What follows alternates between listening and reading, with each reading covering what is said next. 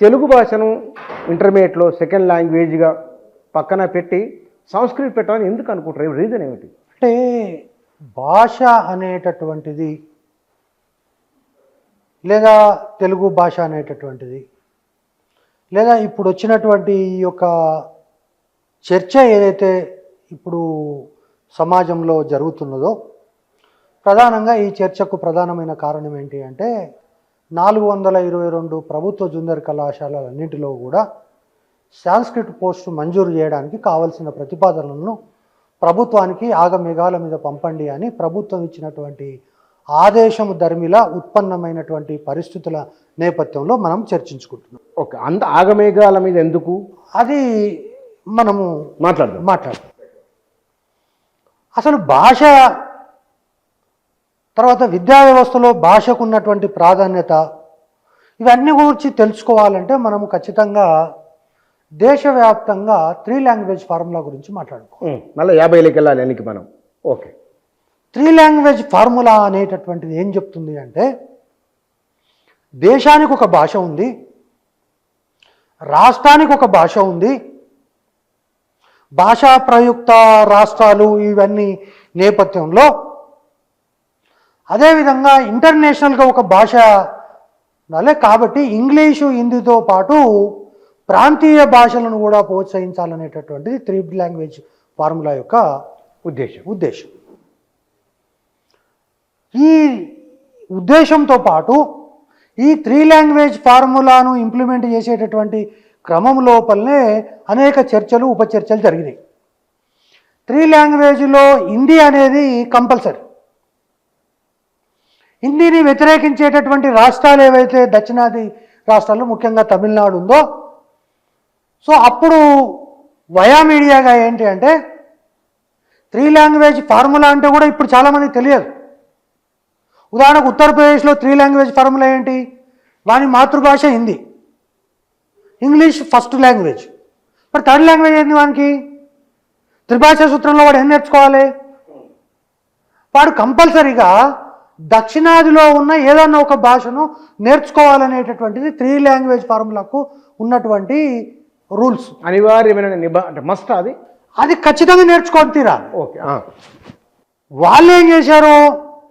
తెలుగు హిందీ ఇదంతా నేర్చుకోవడం ఎందుకు కాబట్టి వాళ్ళు సాంస్క్రిట్ నేర్చుకోవడం మొదలుపెట్టారు. నార్త్ వాళ్ళంతా సాంస్క్రిట్ నేర్చుకోవడం మొదలుపెట్టారు.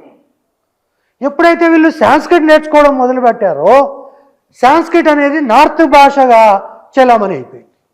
కానీ మన మీద మాత్రం హిందీ, ఇంగ్లీషు అదేవిధంగా తెలుగు 3 రుద్దబడ్డాయి. తెలుగు మన భాష కదా, అంటే తెలుగు కంపల్సరీ మనకి ఇష్టమైన భాష. హిందీ అనేది మన మీద రుద్దబడ్డది. కొంతమంది సర్కారు జిల్లాల వాళ్ళు వ్యతిరేకించారు, తమిళనాడు వాళ్ళు ఇంకా వ్యతిరేకించారు. అయినప్పటికీ కూడా ఇష్టం ఉన్నవాడు ఇది, ఇష్టం లేనివాడు అది. సాంస్క్రిట్ వాడు కూడా ఇక వయా మీడియా ఏదో నేర్చుకోవాలి కాబట్టి సాంస్క్రిట్. కేరళలో దాదాపు 14 సాంస్క్రిట్ పీఠాలు ఉన్నాయి. 5 తరగతి నుంచి వాడు ఖచ్చితంగా సాంస్క్రిట్ నేర్చుకోవాల్సిందే. కేరళలో 5వ తరగతి నుంచి సాంస్క్రిట్ నేర్చుకోవాలి. మలయాళం నేర్చుకోవాలి, సాంస్క్రిట్ నేర్చుకోవాలి, ఇంగ్లీష్ నేర్చుకోవాలి. హిందీ నేర్చుకోవాల్సినటువంటి అవసరం లేదనేది వాళ్ళ సిద్ధాంతం. సో ఇవన్నీ ఉన్నటువంటి తరుణం లోపల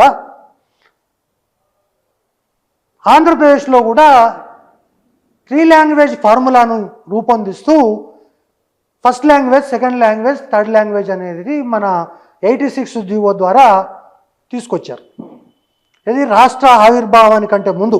ఓకే, అందులో ప్రధానంగా ఏంటంటే తెలుగు కానీ, హిందీ కానీ, ఇంగ్లీష్ కానీ, తర్వాత ఉర్దూ కానీ ఈ విధమైనటువంటి ప్రాంతీయ భాషలు. ఉర్దూ మీడియం వాడు ఉన్నాడు, వాడు ఖచ్చితంగా ఉర్దూ నేర్చుకుంటాడు.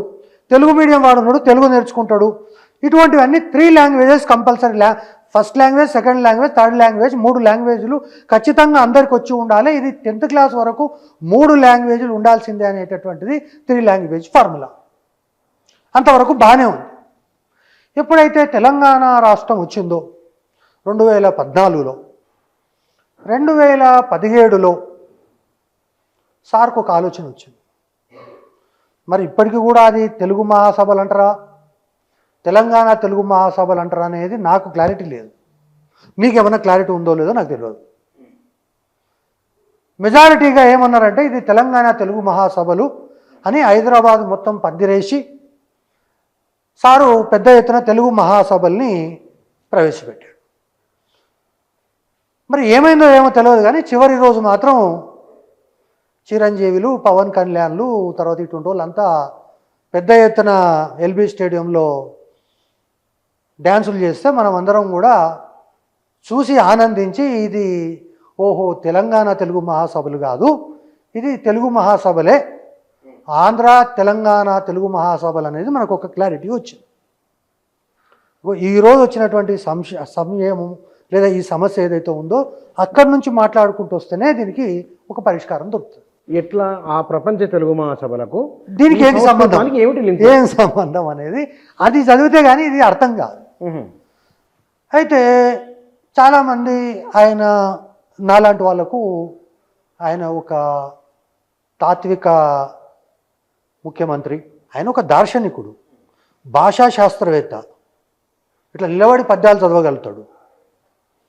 అదేవిధంగా తెలంగాణ అంటే కేసీఆర్, కేసీఆర్ అంటే తెలంగాణ. అదేవిధంగా ఆయన కాళేశ్వరం దగ్గర నుంచి పుస్తకాల్లో సిలబస్ ఏది ఉండాలనే వరకు కూడా ఆయననే డిక్టేట్ చేసేంత సవ్యసాచి. ఆ సందర్భంలో తెలుగు మహాసభల సందర్భంగా ఆయన ఈ దేశంలోనే లేని విధంగా కంపల్సరీ తెలుగు లాంగ్వేజ్ అనేటటువంటిది ఉండాలి, ఈ గడ్డ మీద ఎవరు చదివితే వాడు తెలుగు చదవాలనేటటువంటి ఒక చట్టం తీసుకొచ్చాడు. దానికి తెలుగు యూనివర్సిటీ ఉపకులపతి సత్యనారాయణ గారితో ఇక వాళ్ళ వందిమాగదులు దేశపతి శ్రీనివాసు, నందిని సిద్ధారెడ్డి ఇటువంటి వాళ్ళతోటి కమిటీ వేశాడు. వేసి కేజీ నుంచి ఇంటర్మీడియట్ వరకు అందరూ తెలుగు సచ్చినట్టు చదవాల్సింది అని ఒక చట్టం తీసుకొచ్చాడు. అప్పుడు నాలాంటి వాళ్ళు కొంచెమంది ఇదేంటి ఇట్లా ఉంది, ఇది కొంచెం ఇబ్బందికరం కదా అని 2 అంశాలని ప్రధానంగా మేము లేవనెత్తాం. అయ్యయ్యో సార్కి ఎగనెస్ట్గా మాట్లాడి నువ్వు బట్టగడతావా అని కూడా చాలామంది నీలాంటి వాళ్ళు నన్ను హెచ్చరించారు. జరిగింది ఏంటి అంటే అక్కడ 2 తప్పులు జరిగింది. అంత అభ్యంతరకరమైన విషయాలు ఆ 2 ఏమిటి? ఆ 2 విషయాలు ఏంటి అంటే, హిందీలో మీరు కూడా హిందీ పుస్తకం చదివినప్పుడు హందేరే రాజా అని ఒక పాఠం ఉంటుంది. పాఠం ఆయన ఏనుగు పైన ఎక్కి పోతుంటాడు, ఆయనకేం బట్టలు ఉండవు, కానీ కింద ఉన్న వాళ్ళంతా అరే రాజు బట్టలు ఏమున్నాయి అది ఒకరికి అట్లా ఆ రాజును కీర్తించడం మొదలుపెట్టారు. అరే నేనన్నా రాజుకు బట్టలే లేవు కదా అని అన్న పాపానికి నన్ను తర్వాత ఏం చేశారో మీకు తెలుసు, అది దాని గురించి మనం చర్చపోవాల్సిన అవసరం లేదు. ఇక్కడ 2 విషయాలు తప్పు చేశారు. ఒకటి ఏంటంటే దేశవ్యాప్తంగా పంజాబ్ నుంచి మొట్టమొదట కంపల్సరీ లాంగ్వేజ్ను ఈ దేశంలో ప్రవేశపెట్టింది పంజాబ్. నిన్నటి వెస్ట్ బెంగాల్ వరకు ప్రతి దేశంలో ప్రతి రాష్ట్రంలో కూడా ఆ భాష అనేది కంపల్సరీగా నేర్చుకొని తీరాలి అనేది చట్టాలు చేశారు. అన్నీ కూడా మనం ఎట్లయితే చేసినామో వాళ్ళు కూడా చేశారు. కానీ అన్ని రాష్ట్రాల్లో కేవలం 10th క్లాస్ వరకు మాత్రమే చేశారు. కానీ అందరూ 10th వరకు చేసి మన రాజు కూడా 10th వరకు చేస్తే మనకేం గొప్ప ఉంటుంది, కాబట్టి ఇంటర్మీడియట్ వరకు చేద్దామని మొదటి తప్పు. రెండో తప్పు ఏం చేశారంటే, మీరు ఇటు మేడ్చల్ వైపు పోతే హైదరాబాదులో ముఖ్యంగా భారతీయ ఎలక్ట్రికల్స్ లిమిటెడ్ కావచ్చు, లేకపోతే హైదరాబాదులో పెద్ద ఎత్తున ఉన్నటువంటి మిలిటరీ షెల్టర్స్ కావచ్చు, లేదా ఏజీ ఆఫీస్ కావచ్చు, ఎల్ఐసీలు కావచ్చు, ఇటువంటి కేంద్ర ప్రభుత్వ సంస్థలు అనేకం ఉన్నాయి.